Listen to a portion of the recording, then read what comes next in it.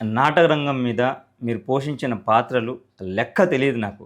సినిమాల పరంగా ఒక 72 సినిమాలకి పైన 72 సినిమాలు చేశారనేది నాకొక క్లారిటీ ఉంది. ఓ లెక్కుంది. అందులో కొన్ని అద్భుతమైన పాత్రలు, పెద్ద పెద్ద హీరోల సినిమాలు. అయితే నాటక రంగంకి సంబంధించి మీరు మొట్టమొదట మొహానికి రంగేసుకొని స్టేజ్ మీద వేసిన నాటికేది? దానికి ఇన్స్పిరేషన్ ఎవరు? అంటే ఇన్స్పిరేషన్ ఏంటంటే మేము 1962 6వ తరగతి చదువుతున్నాను నేను. మా తెలుగు మాస్టరు కీర్తి శిష్యులు పిన్నికి వెంకటేశ్వర గారు అని ఉండేవారు. ఆయన అడిగారు, ఎరా నాటకంలో వేషం వేస్తావా అని. నేను సమాధానం చెప్పలేదు. మా నాన్నగారు కరణం గారు కాబట్టి మీ నాన్నగారితో మాట్లాడాలా, నేను మాట్లాడతాలే అని సాయంత్రం రిహార్సల్కి రండి అన్నారు. అప్పుడు ఆయన అప్పటి హైకోర్టు ప్రధాన న్యాయమూర్తి ఆవుల సాంబశివరావు గారు రాసిన నాటిక మానవుని అడుగుజాడల్లో అనే నాటికలో విష్ణుమూర్తి పాత్ర నా చేత చేయించారు. అందులో విష్ణుమూర్తి గారి భార్య లక్ష్మీదేవి, ఇటు ఆంజనేయ స్వామి, అటు హైకోర్టు జడ్జి గారు, ఈ పాత్రలే ఉంటాయి. వాటి మీద రాశారు ఆయన నాటిక. ఆ నాటిక ఆడించారు మా లోయర్ ఫార్మ్స్ వాళ్ళ చేత. కాంపిటీషన్స్, యాన్యువర్సరీకి ముందు కాంపిటీషన్స్ అనమాట. ఆ లోయర్ ఫామ్ కాంపిటీషన్స్లో నాకు మొదటి బహుమతి ఇచ్చారు ఉత్తమ నటుడిగా. ఆ గురువుగారు బొట్టు పెట్టిన వేళ విశేషంతో తర్వాత నేను హైదరాబాద్ రావడం, హైదరాబాద్ నల్లకుంటలో ఆంధ్ర బాలానంద సంఘంలో చేరటం, మాదిరెడ్డి సులోచన గారి ఇంట్లో ఉండటంతో ఆవిడ యొక్క సహాయ సహకారాలు, ప్రోద్బలం, అట్లాగే బాలానంద సంఘం వాళ్ళతో చేరిన తర్వాత ఆల్ ఇండియా రేడియో హైదరాబాద్లో టామ్ సాయర్ సీరియల్ నాటకం, అట్లాగే రవీంద్ర భారత్లో కాంపిటీషన్స్, నారాయణ కూడా బాలానంద సంఘానికి, నల్లకుంట బాలానంద సంఘానికి. మేము నల్లకుంట బాలానంద సంఘం తరపున ఆడేవాళ్ళం. అందులో పాలిష్ భయ్య అనే నాటిక ఆడడం, అందులో కూడా నాకు అక్కినేని నాగేశ్వరరావు గారి చేతుల మీదుగా బహుమతి రావటం.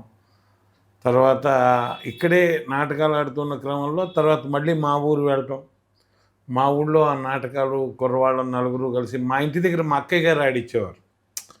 మాది పెద్ద ఖాళీ స్థలంగా ఉండేది ఇల్లు. నాన్నగారు కారణం గారు పెట్రోమాక్స్ లైట్లు ఉండేవి ఇంట్లో. మేమే కర్టెన్లు కట్టుకొని స్టేజీ తయారు చేసి కర్టెన్లు కట్టుకొని నేరస్తుడు ఎవరు, అంబి పురుషోత్తముడు, ఈ స్కూల్లో స్పెషల్ తెలుగులో అప్పుడు నాటికల్లాగా ఉండేవి, వాటిని నాటికల్లాగా ఆడిచ్చేవారు అక్కయ్య గారు. తర్వాత 69లో అక్కయ్య గారు ఇక్కడ how to direct and how to act అని గవర్నమెంట్ తరఫున స్కూల్ టీచర్గా ట్రైనింగ్కి వెళ్ళారు ఏఆర్ కృష్ణ గారి దగ్గర. ఏఆర్ కృష్ణ గారు వాళ్ళందరూ కలిసి రిపర్టీ పెట్టారు రవీంద్ర భారత్లో. నేను దాంతోపాటు అక్కయ్య గారికి తోడుగా నేను రోజు వెళ్ళేవాడిని.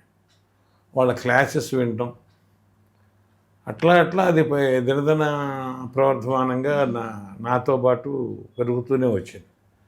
ఊళ్ళో తర్వాత నేను గ్రామాధికారిని అవటం 70 వచ్చేటప్పుడు, 1970 వచ్చేటప్పటికి ఊళ్ళో నేను గ్రామాధికారిని అవటం, అందరూ ప్రోత్సహించటం. సంవత్సరానికి 2-3 నాటకాలు ఆడేవాళ్ళం. హిస్టారికల్ నాటకాలు, సోషల్ నాటకాలు ఆడేవాళ్ళం. అట్లా 82-84 దాకా ఊళ్ళో ప్రతి సంవత్సరం 3-4 నాటకాలు ఆడేవాళ్ళం. ఈలోపు 80లో ఆల్ ఇండియా రేడియో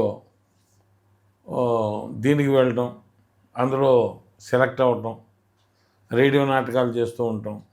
84 దగ్గర నుంచి ఏంటంటే కాంపిటీషన్స్కి వెళ్ళేవాళ్ళం. మా స్నేహితులు, మా రచయిత ఉండేవారు ఆర్శెట్టి శివనారాయణ గారు అని, మా పక్క గ్రామమే నందివెలుగు. ఆయన మంచి రైటరు. ఆయన రాసిన నాటకాలు అన్నీ కూడా దరిదాపు మేమే ప్రదర్శించేవాళ్ళం.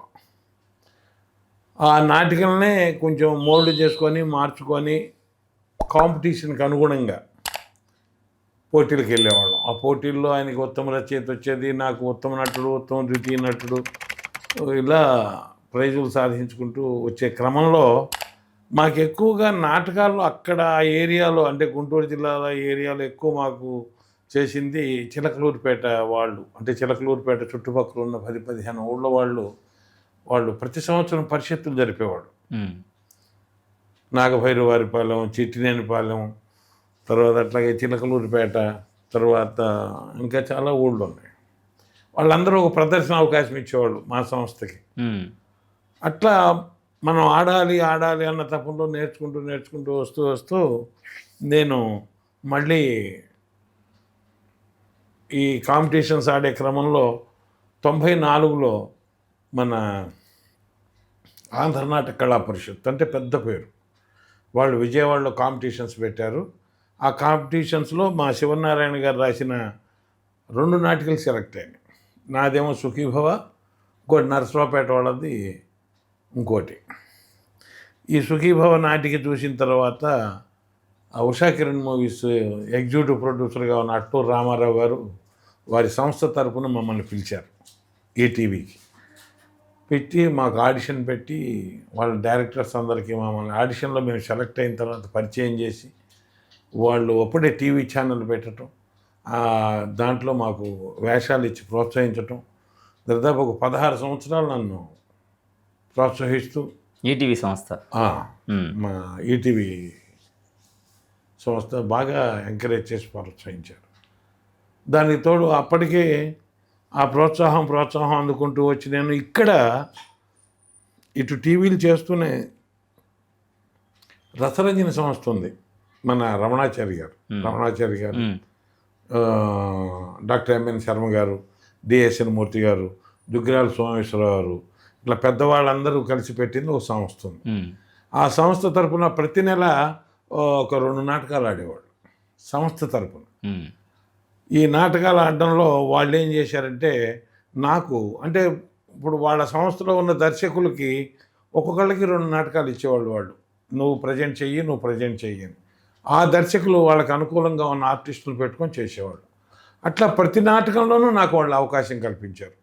అంటే నేను మిగతా చోట్ల నేర్చుకున్న దానికన్నా రసరంజని సంస్థ ద్వారా నటన అనుభవం కాస్త ఎక్కువ నేర్చుకున్నాను. ఎందుకంటే అక్కడ కూడా మా సన్నిహితులుగా ఉండేవాళ్ళు, దర్శకులుగా ఉన్నవాళ్ళు, మా మిత్రులు ఉండేవాళ్ళు. మోహన్ గారు ఒకడు, తర్వాత నటరాజు గారు ఒకడు, చనిపోయారు మిక్కిలి ఫ్రాన్సిస్ గారు అని ఆయన ఒకరు. కళాకారులు కూడా బాగా నాకు కోఆపరేట్ చేసేవాళ్ళు. అంటే ఆ సంస్థలో ఆల్రెడీ అంతకు ముందు నుంచి చేస్తున్న వాళ్ళు కూడా నాకు కాస్త మెయిన్ వేషం ఇచ్చినా కూడా వాళ్ళు నన్ను ఎంకరేజ్ చేసేవాళ్ళు.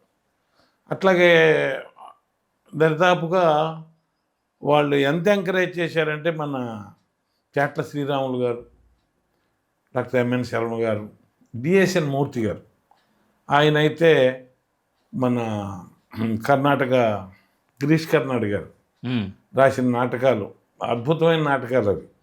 నా జన్మలో నేను ఆడగలిగేవాడిని కాదు. నాగమండల, తర్వాత అగ్నివర్ష, ఈ 2 నాటకాలు నేనే మెయిన్ హీరోని అందులో. నా చేతే పెట్టి ఆడిచ్చారు రవీంద్ర భారతిలో 6 రోజులు టికెట్ డ్రామా పెట్టి ఆడిచ్చారు. అట్లా వాళ్ళందరి దగ్గర నేర్చుకుంటూ వివిధ రకాలైన క్యారెక్టర్స్ చేశాను నాటకాల్లో.